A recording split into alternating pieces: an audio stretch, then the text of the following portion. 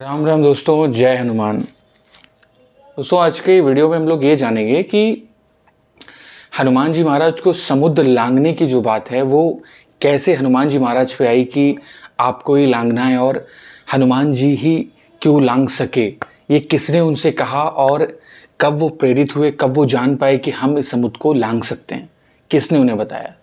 दोस्तों, एक बार की बात है, हुआ क्या कि ये प्रभु श्री राम और सुग्रीव जो जिनकी सेना में हनुमान जी और सभी वानर मतलब कार्य के लिए लगे हुए थे, तो सुग्रीव और प्रभु श्री राम ने आदेश दिया कि आप सीता मैया का पता लगा के आए। सुग्रीव ने 1 महीने का टाइम दिया था।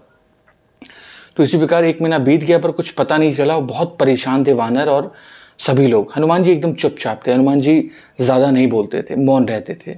ठीक है, क्योंकि हनुमान जी अपनी शक्तियों को पहचानते नहीं थे, भूले हुए थे, क्योंकि उनको ऋषियों का श्राप था। तो इसी तरह वक्त बीता और सभी वानर इस कारण सोचने लगे कि अब 1 माह बीत चुका है, एक महीना बीत चुका है जो सुग्रीव ने दिया था हमें।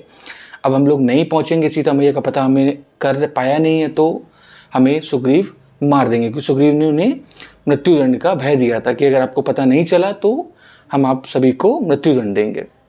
इससे सभी वानर, सभी लोग बहुत परेशान थे। उनके साथ में जामवान जी थे, अंगद जी थे जो कि सुग्रीव के बड़े भाई बाली के पुत्र थे, और सभी वानर और हनुमान जी महाराज।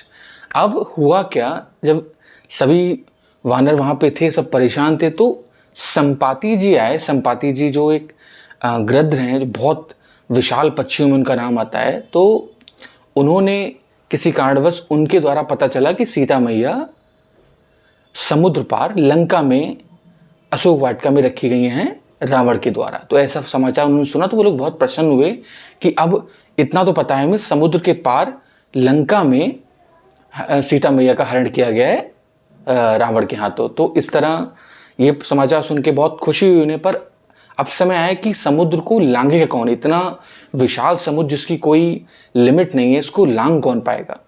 तो वानरों से पूछा गया कि कौन जा सकता है।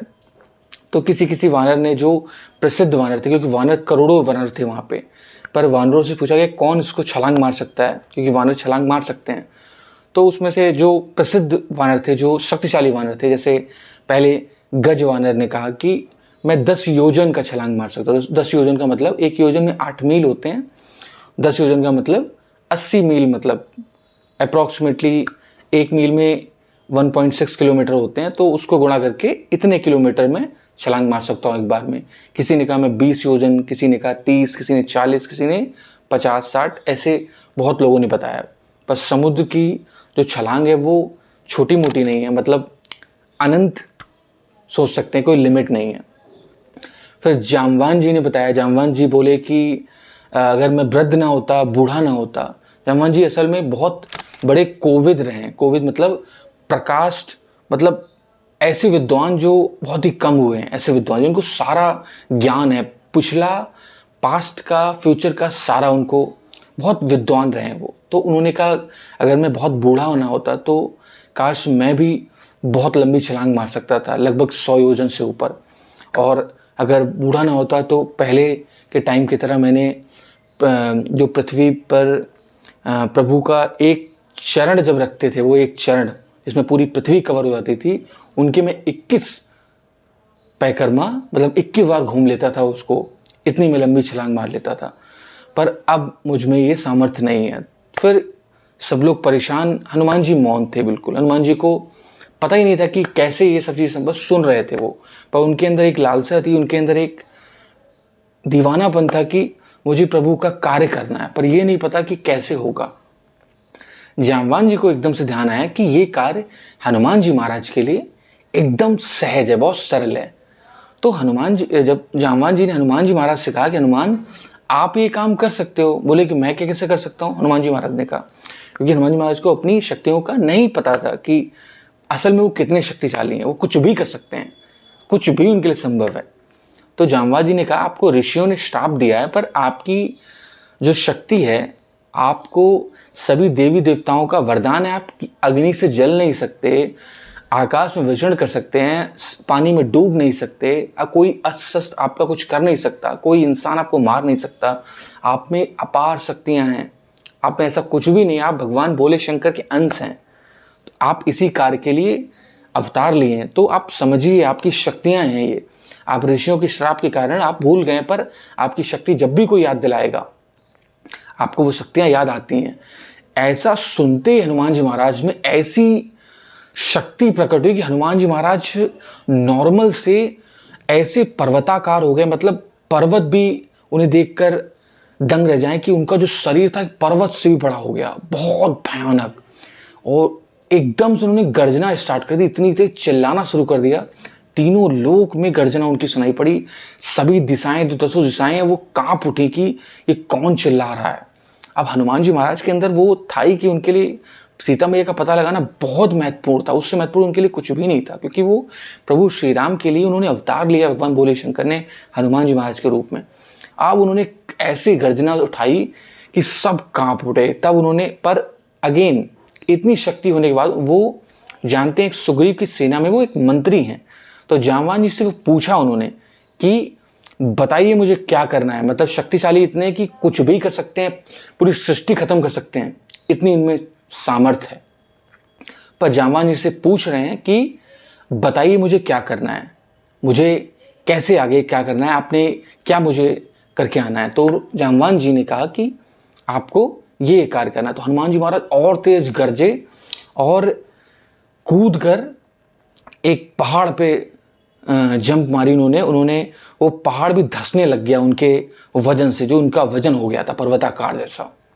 हनुमान जी महाराज ने कहा बताइए, मैं ये समुद्र तो कुछ भी नहीं है मेरे सामने, मैं सभी ग्रह नक्षत्रों को छलांग मार जाऊं, मैं समुद्र को सहज एक सेकंड ना लगे मैं समुद्र को पार कर जाऊं, इस समुद्र कुछ भी नहीं है। बताओ तो मैं लंका जाकर मैं लंका को उठा के समुद्र में डुबो दूं, बताओ तो मैं रावण को घसीट कर प्रभु के चरणों में पटक दूं, आप बताओ तो मैं क्या करूं।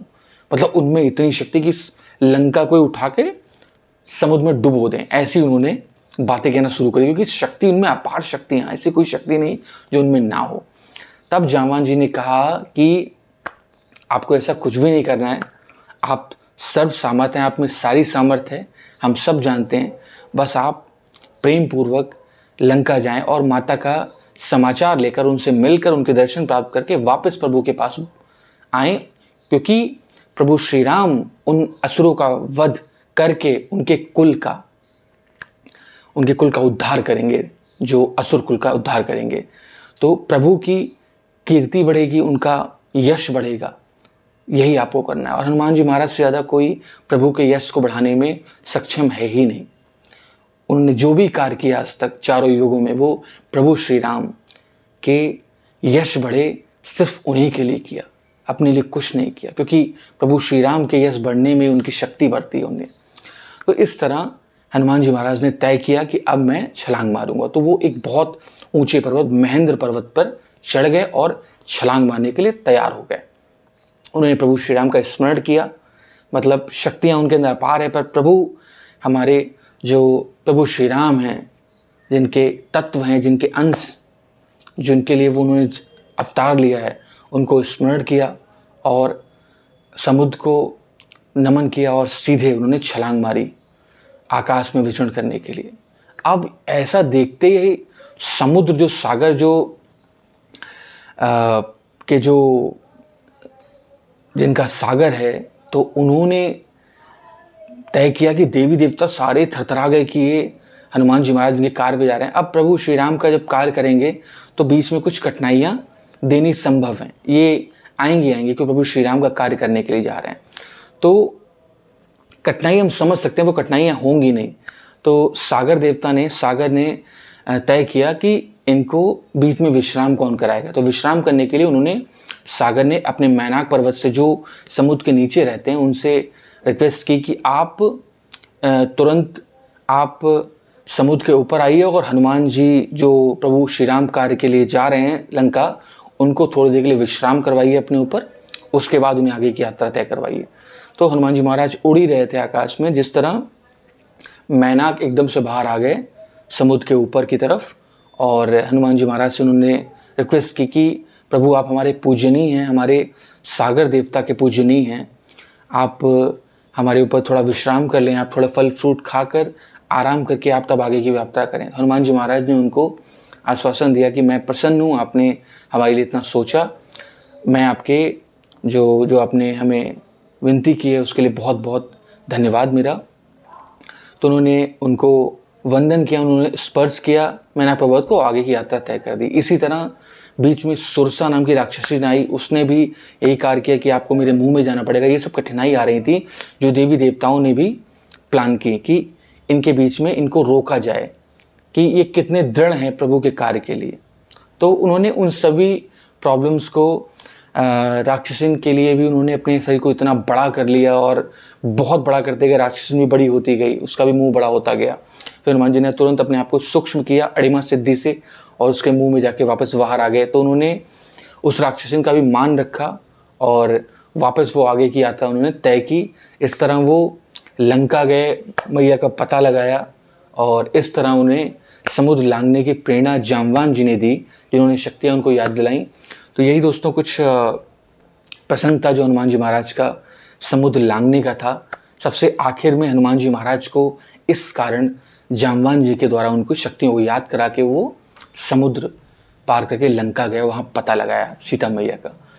पर हनुमान जी महाराज को शक्तियाँ प्राप्त होने के बाद भी, मतलब वो सब सर्व सामर्थ्य होने के बावजूद भी उन्होंने जामवान से पूछा कि मुझे वहाँ जाके क्या करना है। खुद से कुछ नहीं किया, प्रेरणा से किया। तो प्रभु श्री राम के लिए वो इतने दीवाने थे, उन्होंने वो कार्य पूरा करके आए। इसी तरह हनुमान जी महाराज को जब हम लोग हनुमान चालीसा पढ़ते हैं तो हम प्रभु की शक्तियों को, उनको गुणगान करते हैं, उनके बारे में हम बतलाते हैं, तो हमारे भीतर भी मन को शक्ति मिलती है, हमारे मन को शक्ति मिलती है जब हम हनुमान जी महाराज की शक्तियों को दोहराते हैं बार बार पंक्तियों के द्वारा हनुमान चालीसा से। तो हमारा मन भी उतनी ही शक्ति प्राप्त कर सकता है, हर रोज़ प्राप्त कर सकता है, जितना हम पढ़ेंगे उतना ज़्यादा प्राप्त कर सकता है। यही दोस्तों कुछ प्रसंग था जो आप तक पहुंचाने का मैं प्रयास कर रहा था। आप सभी को हृदयपूर्वक राम राम कि आपने समय निकाल के इस वीडियो को के माध्यम से इस प्रसंग को सुना। आप सभी को हृदयपूर्वक राम राम। जय हनुमान।